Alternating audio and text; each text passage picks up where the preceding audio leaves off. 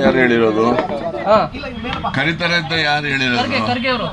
ಖರ್ಗೆ ಅವರು ಹೇಳಿದ್ರೆ ಕರೀತಾರೆ ಅಂತ ಹೇಳಿದ್ರೆ ಕರೀತಾರೆ. ಕರೆದಾಗ ಹೋಗ್ತಾರೆ. ಹೈಕಮಾಂಡ್ ಕರೆದ್ರೆ KPCC ಅಧ್ಯಕ್ಷರು ಹೋಗ್ತಾರೆ, ಚೀಫ್ ಮಿನಿಸ್ಟರ್ ಹೋಗ್ತಾರೆ. ಅಲ್ಲಿ ಹೈಕಮಾಂಡ್ನವರು ಯಾವ ಉದ್ದೇಶದಿಂದ ಕರೆಸಿದ್ದಾರೆ ಅಂತಕ್ಕಂಥದ್ದನ್ನ ಮಂದಟ್ ಮಾಡ್ತಾರೆ. ಅಲ್ಲಿ ಏನೆಲ್ಲ ನಡೆಯುತ್ತೆ, ಅಂತಿಮವಾಗಿ ಪಕ್ಷದ ಹೈಕಮಾಂಡ್ ಏನ್ ನಿರ್ಧಾರ ಮಾಡ್ತಾರೆ, ನಿರ್ಧಾರಕ್ಕೆ ಸನ್ಮಾನ್ಯ ಸಿದ್ದರಾಮಯ್ಯನವರು ಬದ್ರು, ಶಿವಕುಮಾರ್ ಕೂಡ ಬದ್ರಿರ್ತಾರೆ. ನಿಮ್ಮ ನಡೆ ಏನ್ ಸರ್? ನಮ್ಮ ನಡೆ ಹೈಕಮಾಂಡ್ ನಡೆನ ನಮ್ಮ ನಡೆ ಅಲ್ಲ ಸರ್. ಬಿಡಬೇಕು ಅನ್ನೋದೇನಾದ್ರು ಬಂದ್ರೆ ಬಿಡಬೇಕಾ ಬೇಡವಾ? ಬಿಡೋದು ಕಟ್ಕೊಳ್ಳೋದು ಅದೆಲ್ಲ ಅಲ್ಲಿ ತೀರ್ಮಾನ ಆಗೋದು. ಈಗ ಸುಮ್ನೆ let us not assume things. ಹಂಗಾಗ್ಬಿಟ್ರೇನು ನೀವೇನ್ ಮಾಡ್ತೀರಿ? ಅವೆಲ್ಲ DK ಶಿವಕುಮಾರ್ ಕೊಟ್ಟ ಮಾತು ತಪ್ಪಬಾರದು, ಆ ರೀತಿ ಎಲ್ಲ ಮಾತನಾಡ್ತಾ ಇದ್ದಾರೆ ಸರ್. ಆಯ್ತಪ್ಪ, ಕೊಟ್ಟಿದ್ರೆ ತಗೊಂಡಿದ್ರೆ ಅದೆಲ್ಲ ಅಲ್ಲಿ ತೀರ್ಮಾನ ಆಗ್ತದಲ್ಲ. ಈಗ ಎಲ್ಲಿ ಡೆಲ್ಲಿ ಅವರು ಕರೆದ್ರೆ ಅಲ್ಲಿ ಅವ್ರು ಯಾರು ಕೊಟ್ಟಿದ್ರು ಮಾತು, ಯಾರೇನ್ ಮಾತು ಕೊಟ್ಟಿದ್ರು, ಯಾರೇನ್ ನಡ್ಕೊಂಡಿದ್ದಾರೆ ಮಾತಿನಂತೆ, ಯಾರು ನಡೆದಿಲ್ಲ, ಇವೆಲ್ಲ ಚರ್ಚೆ ಅಲ್ಲಿ ಆಗ್ತದೆ, ಅಲ್ಲಿ ತೀರ್ಮಾನ ಆಗ್ತದೆ. ಅಂತಿಮವಾಗಿ ಹೈಕಮಾಂಡ್ ಏನ್ ತೀರ್ಮಾನ ಮಾಡ್ತಾರೆ. ಸ್ವಾಮೀಜಿಗಳು ಮಾತಾಡಕತ್ತಾರೆ, ಸ್ವಾಮೀಜಿಗಳು ಕೂಡ ರಿಯಾಕ್ಷನ್ ನೀಡ್ತಾ ಇದ್ದಾರೆ ಸರ್. ನೋಡಿ, ನಾನು ಅನ್ಕೊಂಡು ಸ್ವಾಮೀಜಿಗಳನ್ನ ಸಮಾಜ ಸುಧಾರಣೆ, ಧರ್ಮ ಪ್ರಚಾರ ಮಾಡ್ತಕ್ಕಂಥ ಅದಕ್ಕೆ ಸೀಮಿತವಾಗಿರ್ಬೇಕು.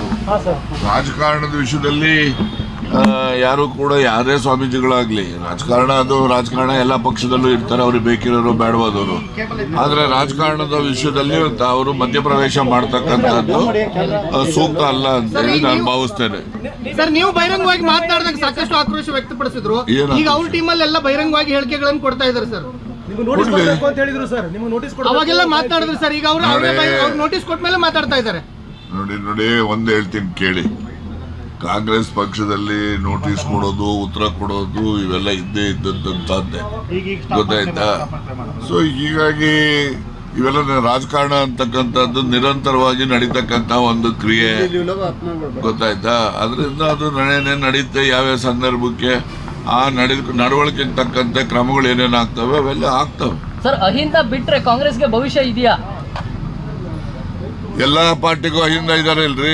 ಏನು ಅಹಿಂದ ಕಾಂಗ್ರೆಸ್ಗೆ ಸೀಮಿತ ಇದಾರ? ಎಲ್ಲಾ ಪಾರ್ಟಿಲೂ ಅಹಿಂದನೂ ಇದಾರೆ. ಎಲ್ಲಾ ಪಾರ್ಟಿನಲ್ಲೂ ಕೂಡ ಮೇಜರ್ ಕಮ್ಯುನಿಟಿಗಳು ಇದಾವೆ. ಅದರಿಂದ ಯಾವುದೇ ಒಂದು ಪಕ್ಷ ಅಧಿಕಾರಕ್ಕೆ ಬರಬೇಕಾದ್ರೆ ಸಮಾಜದ ಎಲ್ಲ ವರ್ಗಗಳ ಮತ ತೆಗೆದುಕೊಂಡ್ರೆ ಮಾತ್ರ ಸಾಧ್ಯ ಇರ್ತದೆ. ಯಾರು ಮಾಡ್ತಾವ್ರಿ ಸಹಿ ಸಂಗ್ರಹಣೆ? ಯಾರು ಮಾಡ್ತಾ ಇದಾರೆ? DK ಶಿವಕುಮಾರ್ ಅವ್ರ ಪರವಾಗಿ ಸಿಹಿ ಸಂಗ್ರಹ ಆಗ್ತಾ ಇದೆ. ಅವರ ಅಧ್ಯಕ್ಷರಾಗಿ ಸಹಿ ಸಂಗ್ರಹಣೆ ಮಾಡ್ತಕ್ಕಂಥ ಪಕ್ಷ ವಿರೋಧಿ ಕೆಲಸ ಅವ್ರು ಮಾಡೋದಿಲ್ಲ ಅಂತ ನನಗೆ ವಿಶ್ವಾಸ ಇದೆ. ಆಯ್ತು, ಥ್ಯಾಂಕ್ ಯು. ನಿಮ್ಮ ಪುತ್ರ ಅಮಿತ್ ಶಾ ಭೇಟಿಯಾಗಿ ನೀವು ಬಿಜೆಪಿ ಸೇರ್ತಾ ಇದ್ದಾರೆ ಅನ್ನೋ ಮಾತು ಸರ್.